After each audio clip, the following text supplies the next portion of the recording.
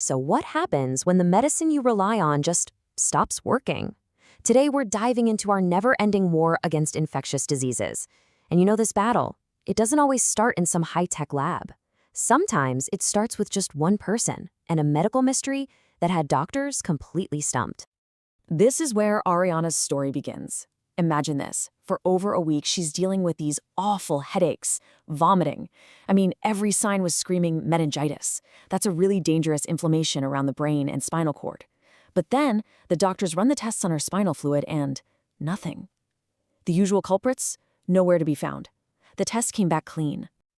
So what was going on? Figuring this out is way more than just some cool medical detective story. It's really about pulling back the curtain on the incredible strategies we've developed to hunt down, fight, and, hopefully prevent the invisible enemies that are all around us all the time. Okay, so let's get into it. Ariana's case was a total puzzle. Her spinal fluid had all the telltale signs of a bacterial attack. Her white blood cells, the body's security guards, were there in force, and the sugar levels were low, like something was eating it all up. But when the doctors actually looked for the bacteria, poof, it was like a ghost. Nothing there.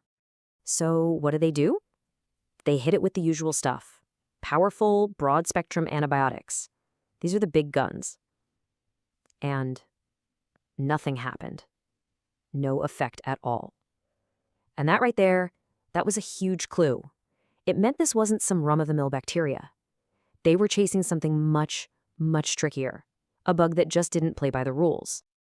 All right, so this failure kicks off a full-blown diagnostic hunt. And this isn't just guesswork, it's a really methodical process. Think of it like a playbook with 3 key steps for unmasking any pathogen, no matter how sneaky it is. Every investigation starts the same way.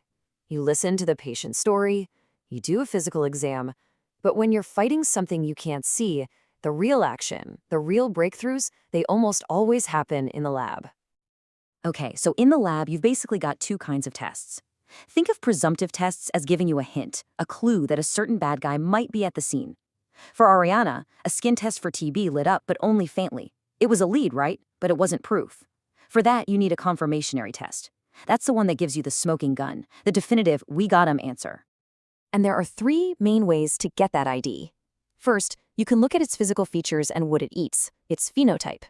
Second, you can go straight for its DNA, its genetic code. Or third, you can look for the footprints it leaves in our own bodies, basically the antibodies our immune system sends out to fight it. And for Ariana, that molecular approach was the game changer. There's this incredible technology called PCR. What it does is find even the tiniest little piece of the TB bacteria's DNA, and then it's like a photocopier on overdrive. It makes millions of copies until you just can't miss it. And bam, that gave them a final answer in just a few days, instead of waiting weeks for traditional culture. The mystery was finally solved, a very rare case of TB meningitis. Now they knew the enemy, and the real fight could finally start. Okay, so knowing your enemy is step 1. But step 2? That's finding the right weapon to take it down. And this brings us to a really cool concept, the search for what one brilliant scientist more than 100 years ago called the magic bullet. The arsenal we have today didn't just appear overnight. It was built on these huge breakthroughs. It all started with something ridiculously simple, but revolutionary: hand washing, thanks to a guy named Ignaz Semmelweis. Then you've got Paul Ehrlich, who came up with the very first targeted chemo. And of course the big one, Alexander Fleming's famous accidental discovery of penicillin. That one discovery basically kicked off the entire modern antibiotic era. So what was so brilliant about Ehrlich's idea? It was this concept he called selective toxicity. Think about it. The goal was to create a drug that was deadly only to the germ, the invader. It's like a heat-seeking missile, a magic bullet that would find and destroy the bad guy, but leave all of our own cells totally alone. And that one simple idea, it's still the core principle behind every single antimicrobial drug we use today. So how do these magic bullets actually work? Well, they're not just carpet bombing everything. They're smart. They take advantage of the key differences between a bacterial cell and one of your cells. For instance, a lot of antibiotics go after the bacteria's cell wall. It's like its outer armor. But guess what? Our cells don't have one. So the drug can destroy the bacteria without touching us. It's brilliant. But here's the thing. Treating an infection is only part of the story. The best fight is the one you never have to have in the first place, right? And that brings us to the super important topic of control and prevention.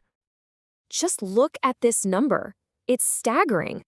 Back in 1846, in one maternity clinic run by Dr. Ignaz Semmelweis, more than 1 in 10 women were dying from something called childbed fever. But here's the crazy part.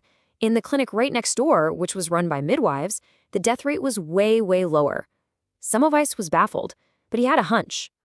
His theory was that the doctors, who were coming straight from doing autopsies, were carrying what he called cadaverous particles on their hands into the delivery room. Gross, right?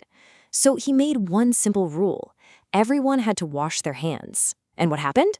The death rate just plummeted. It was the first real, solid proof that something as basic as hygiene could be one of our most powerful weapons. Now today, we have 2 different levels of this kind of control. There's sanitation. That's like when you wipe down your kitchen counter. You're just getting the number of germs down to a safe level. But then there's sterilization, and that is the nuclear option. It means wiping out everything. All living organisms, viruses, even those super tough bacterial spores. That's the level you need for something like a surgical tool, where you can't afford a single microbe to be left behind. Okay, so we've made all this amazing progress, right? From figuring out what's making us sick, to creating magic bullets, to just washing our hands. But all of it has led us to a cliff's edge, a terrifying global crisis. The question we all have to face now is, what happens when the magic bullets just stop working? 35,000. Just let that number sink in. That's the number of people in the US alone who die every single year from infections that our best antibiotics can no longer treat. This isn't some sci-fi movie plot. This is happening right now, today. What we're talking about is antimicrobial resistance, or AMR. You can think of it as an evolutionary arms race. We develop a drug, and the germs evolve a defense against it.